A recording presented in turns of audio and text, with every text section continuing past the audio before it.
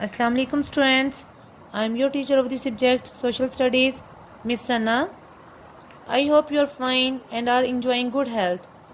So students, let's start our lecture of class 8. Please open your books from page number 40.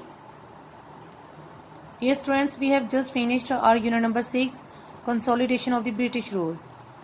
Today we are going to solve its exercise, but first have a look at the summary of this unit. The Mughal rule started to decline after Emperor Aurangzeb. All his successors were weak rulers. India में Mughal empire का decline या fall बादशाह औरंगज़ेब के दौर में start हुआ था, क्योंकि उसके बाद में आने वाले जितने भी किंग्स थे बहुत ज़्यादा वीक रूलर्स थे, वो कैपेबल नहीं थे रूलिंग के लिए. The British entered India as traders but slowly established themselves as the rulers through some very well thought out policies. अंग्रेज़ लोग इंडिया में ट्रेडर्स बनकर ही एंटर हुए थे, लेकिन बाद में उन्होंने अपने आप को वहाँ के रूलर्स बना लिया, क्योंकि वो एक वेल प्लान्ड पॉलिसीज़ के तहत इंडिया में आए थे और वो रूल करने के लिए ही इंडिया में एंटर हुए थे. The disunity among the various rulers of Indian states helped them. और इंडियन स्टेट्स के जितने भी रूलर्स थे उनमें बिल्कुल भी कोई हार्मनी नहीं थी, उनमें यूनिटी नहीं थी, और इसी बात ने ब्रिटिश को बहुत ज़्यादा help the. The Indian population was extremely unhappy with the unjust policies of the British. They revolted against the British in the War of Independence. अब इंडिया के लोग जो हैं वो बिल्कुल भी खुश नहीं थे अंग्रेज़ों से, क्योंकि अंग्रेज़ उनके साथ बहुत ज़्यादा जुल्म और अनफेयर ट्रीटमेंट करते थे. तो उन्होंने अब इंडियंस ने ब्रिटिश के ख़िलाफ़ वॉर ऑफ इंडिपेंडेंस की सूरत में बगावत कर दी. India came directly under the British crown in 1858 and the East India company was abolished after the British took notice of the cruel behavior of the East India Company.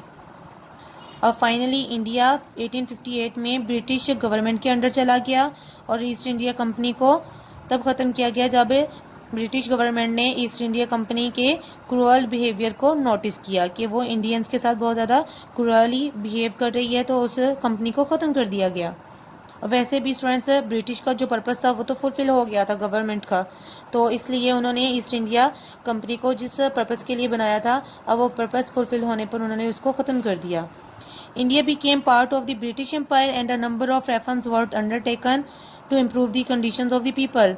और अब India British empire का हिस्सा बन गया था और इस तरह बहुत सी रेफॉर्म्स इंडियंस की लाइफ को इम्प्रूव करने के लिए स्टार्ट की गई. Now we will discuss the question answer of this unit. At first we will discuss short question answers and the question number 1 is What major reforms were introduced under the British rule? कौन कौन सी reforms British rule में start की गई थी? And the answer is educational, agricultural, postal, legal and administrative reforms were introduced under the British rule. British government में educational, agricultural, postal, legal और administrative रेफॉर्म start की गई थी. Question number 2 is right a short note on Sukkur barrage. Sukkur barrage पर आपने note लिखना है. And the answer is Sukkur barrage, originally named loyal barrage, was built on the river Indus between 1923 and 1932 for storing water. It was the largest single irrigation network of its kind in the world. Sukkur barrage, जिसका नाम loyal barrage के नाम पर रखा गया था क्योंकि उसने उसकी कंस्ट्रक्शन स्टार्ट की थी, और ये रिवर इंडस पे बनाया गया है. इसका बनाने का इरा जो है 1923 टू 1932 है, और ये वाटर को स्टोर करने के लिए बनाया गया था, और ये अपनी नौयत का इस वर्ल्ड का सबसे लार्जेस्ट इरिगेशन नेटवर्क सिस्टम है. Question number 3 is what do you know about doctrine of lapse?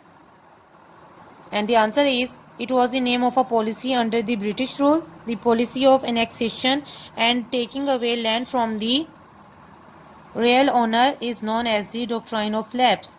ये एक पॉलिसी का नेम है जो कि ब्रिटिश गवर्नमेंट ने इंट्रोड्यूस करवाई थी इंडिया में, और ये पॉलिसी है कि रियल ऑनर से उसकी लैंड को फोर्सफुली एक्वायर कर लिया जाए। Question number 4 is right about the legal reforms of the subcontinent, and the answer is reforms were started in the judiciary by the first Governor General of Bengal, Warren Hastings, in 1772. Besides other things, administrative justice was to be handled according to the Quran for Muslims and Shastras for Hindus. Indian judges were appointed in criminal courts. अब students सब continent में judiciary में जो रेफर्म्स की गई थी वो for the first time जो है वो बंगाल के गवर्नर जनरल, जो फर्स्ट गवर्नर जनरल थे वॉरेन हेस्टिंग्स, उन्होंने 1772 में स्टार्ट की थी। और इसके अलावा मुसलमानों को कुरान के मुताबिक और हिंदुओं को उनकी सेक्रेड बुक शास्त्रा के अकॉर्डिंग जस्टिस प्रोवाइड किया जाता था, और फिर इंडियंस को क्रिमिनल कोर्ट्स में एज जजेस अपॉइंट किया जाने लगा। Question number 5 is for which purpose missionary schools were opened in the sub continent, missionary schools किस लिए बनाए गए थे, and the answer is very many missionary schools were opened in various cities of the सब continent from promoting Christianity, Christianity को promote करने के लिए ये मिशनरी स्कूल्स सब कंटिनेंट में बनाए गए थे। Now we will discuss long questions of this unit, and the question number 1 is what led to the decline of the Mughal Empire, क्या रीज़न थी कि सब कंटिनेंट में मुगल एम्पायर का फॉल स्टार्ट हुआ था, and the answer is the Mughal empire remained at the height of its success and stability for as long as the rulers were capable and wise. The decline began during the time of Emperor Aurangzeb as a result of some of his policies. After him, the decline continued due to many reasons. For the first time, India में Mughal empire का decline emperor Aurangzeb के दौर में start हुआ था, क्योंकि उसकी कुछ पॉलिसीज़ बहुत वीक थी, और उसके बाद और भी बहुत सी रीज़न थी जिसकी वजह से मुगल एम्पायर डिक्लाइन में रहा। Among them was the problem of the succession to the throne, और उन प्रॉब्लम्स में से कुछ प्रॉब्लम्स ये थी कि एक बादशाह के बाद दूसरा बादशाह कौन बनेगा, किंग की सीट को कौन ऑन करेगा। The strongest person came to power but the strongest was not necessarily the most capable, और जो सबसे ज़्यादा ताकतवर इंसान था वही बादशाह बन जाता था, और ये लाजमी नहीं था स्टूडेंट्स के वो स्ट्रॉन्गेस्ट पर्सन मोस्ट कैपेबल भी था। The rulers were surrounded by people who were inefficient and incompetent but who sang their praises, और बादशाह के पास कोर्ट में बहुत इनएफिशिएंट और incompetent means not capable people जो कोर्ट में होते थे, और वो बादशाह की बस फ्लैटरिंग करते रहते थे, और उनका कोई पर्पस नहीं था, बस उनको ये था कि उनको कोर्ट में एक पोजीशन मिल जाए। The rulers became more interested in personal gain and praise and in their own comfort and luxury. और बादशाह थे, उनको भी अपने ज़ाती मफाद और तारीफ़ के अलावा और कुछ नहीं चाहिए था, और वो बस अपनी ऐशो इशरत की ज़िंदगी बसर करते थे। तो ये सारी चीज़ें मिलकर सब कंटिनेंट में मुग़ल एम्पायर के डिक्लाइन की वजह बनी थी। And the question number 2 is how was the local population unhappy with the British. अब इंडियंस जो हैं वो ब्रिटिश से किस तरह अनहैप्पी थे, क्यों नाखुश थे।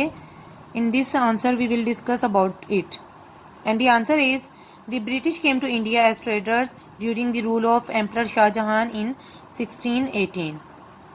ब्रिटिश लोग इंडिया में एम्परर शाहजहां के दौर में एंटर हुए, 1618 का ईयर था। At first their activities were limited, but by 1716 during the rule of the Mughal ruler of Farrukh Siyar they were granted the legal right to establish the East India Company। और फिर students 1716 में almost after 1 century British को Mughal ruler Farrukh सियार के दौर में east India company बनाने की लीगल परमिशन दे दी गई। The British slowly gained control over everything, taking advantage of the slowly dying Mughal Empire. Their powers grew because there was no unified opposition amongst the local rulers. The British followed the policy of divide and rule and supported one ruler against the other.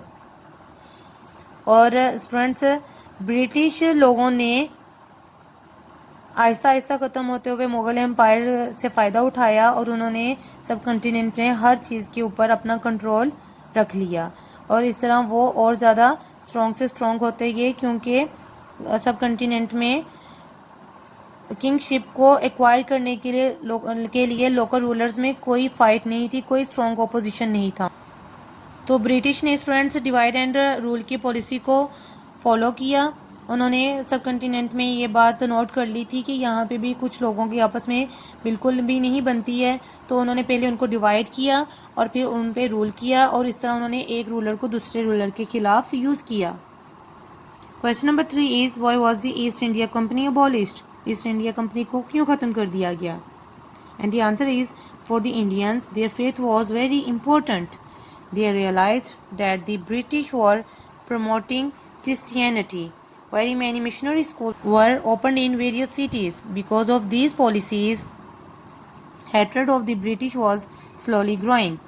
अब students Indians के लिए अपना faith बहुत important था और जब उन्होंने ये बात को रियलाइज़ करना स्टार्ट किया कि ब्रिटिश लोग जो हैं वो हमारे ही एरिया में आके हमारी ही कंट्री में आके क्रिश्चियनिटी को प्रमोट कर रहे हैं, तो उन्होंने इस चीज़ को अच्छा नहीं समझा और वो इस चीज़ से बहुत नाखुश हुए और ब्रिटिश गवर्नमेंट ने भी बहुत से मिशनरी स्कूल जो हैं वो ओपन किए हुए थे क्रिश्चियनिटी को प्रमोट करने के लिए।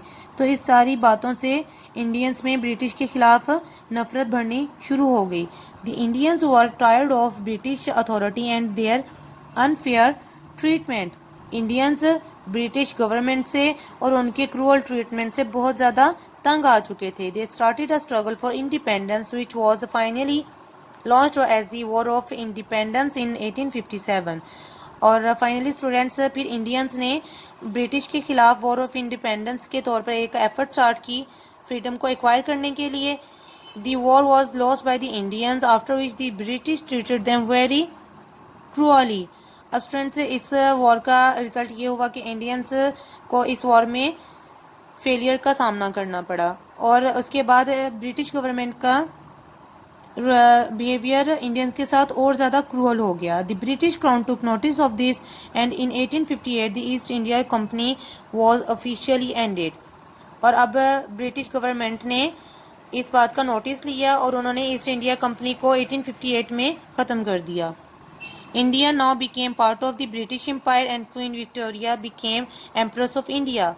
अब इंडिया ब्रिटिश एम्पायर का ही हिस्सा बन गया था और क्वीन विक्टोरिया जो कि ब्रिटेन की क्वीन थी वो भी इंडिया की क्वीन भी बन गई। Students, you have to learn these question answers by heart. Take care of yourself. Thank you. Allah हाफिज़।